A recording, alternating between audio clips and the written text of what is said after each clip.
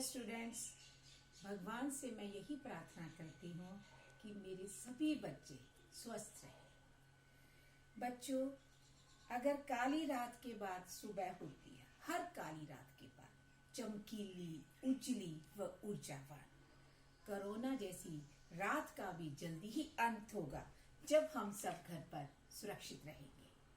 तो चलिए पाठ को आगे बढ़ाते हैं। हमारा अगला पेड़ बेल है, जो शिव जी को बेहद प्यारा है।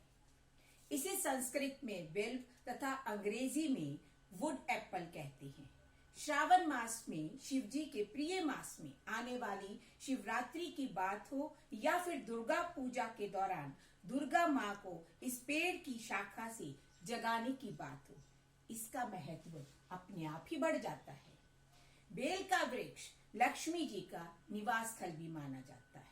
बिहार की लोक कथा में एक लोकोक्ति है कि गंजे सिर वालों को पेड़ के नीचे नहीं जाना चाहिए, क्योंकि बेल का फल उसके गंजेपन की ओर आकर्षित होता है और उसके सिर पर जोर से गिरता है।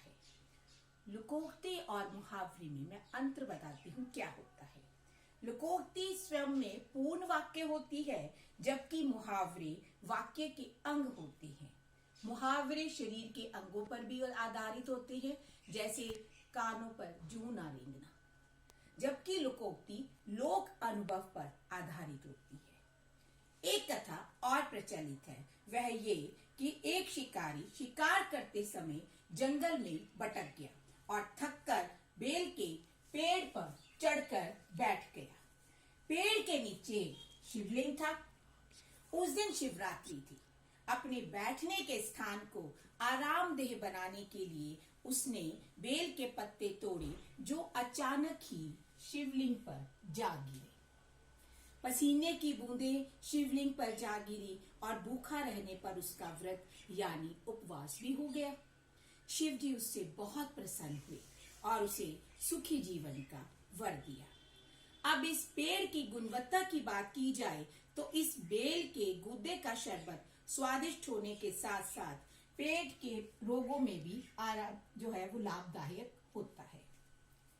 अब अपने पाठ के आखिरी वृक्ष जामुन की बात की जाए। जामुन को संस्कृत में जम्बू या फिलेंद्र कहते हैं तथा अंग्रेजी में ब्लैक प्लम या इंडियन ब्लैकबेरी भी कहते हैं।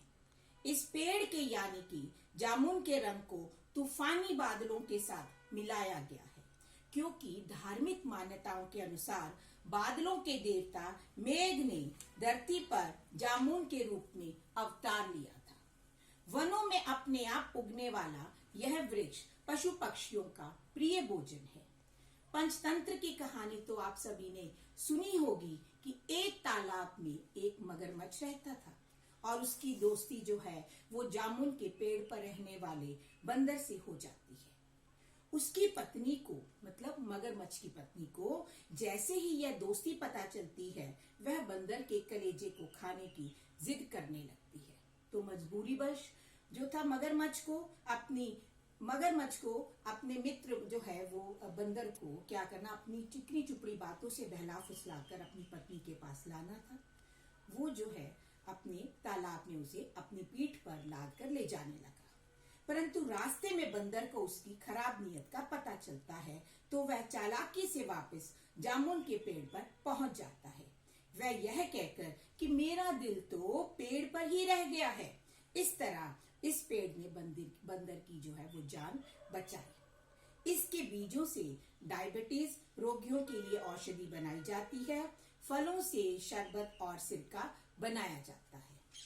बच्चों, अब आप समझ गए होंगे कि जब पेड़ों पर हमारे देवी देवताओं ने अपना अंग माना है, तो भला हम कैसे इन पेड़ों का तिरस्कार कर सकते हैं, यानी कि उनका अपमान कर सकते हैं। यह हमारा परिवार है। एक कथा जो कि बिल्कुल सत्यता पर आधारित है, आपको सुनाती हूँ। चिपको आंदोलन की बात करते हैं, जो सन 1974 में 26 मार्च को शुरू हुआ था, 1974। इस आंदोलन को पर्यावरण रक्षा का भी नाम दिया गया। इस आंदोलन में पेड़ों की रक्षा करने के लिए महिलाएं उनसे चिपक गई थी, क्योंकि ठेकेदार वन की कटाई करना चाहते थे। और अपना अधिकार समझकर पेड़ों को काटना चाहते थे।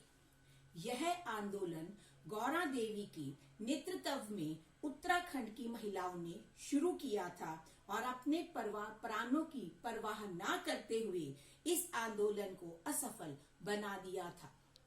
बच्चों, आज भी हमें यह साहस दिखाना है और मिलकर पेड़ों को काटने से बचाना है, ताकि भविष्य में हम अपने पर्यावरण को सुरक्षित रख सके।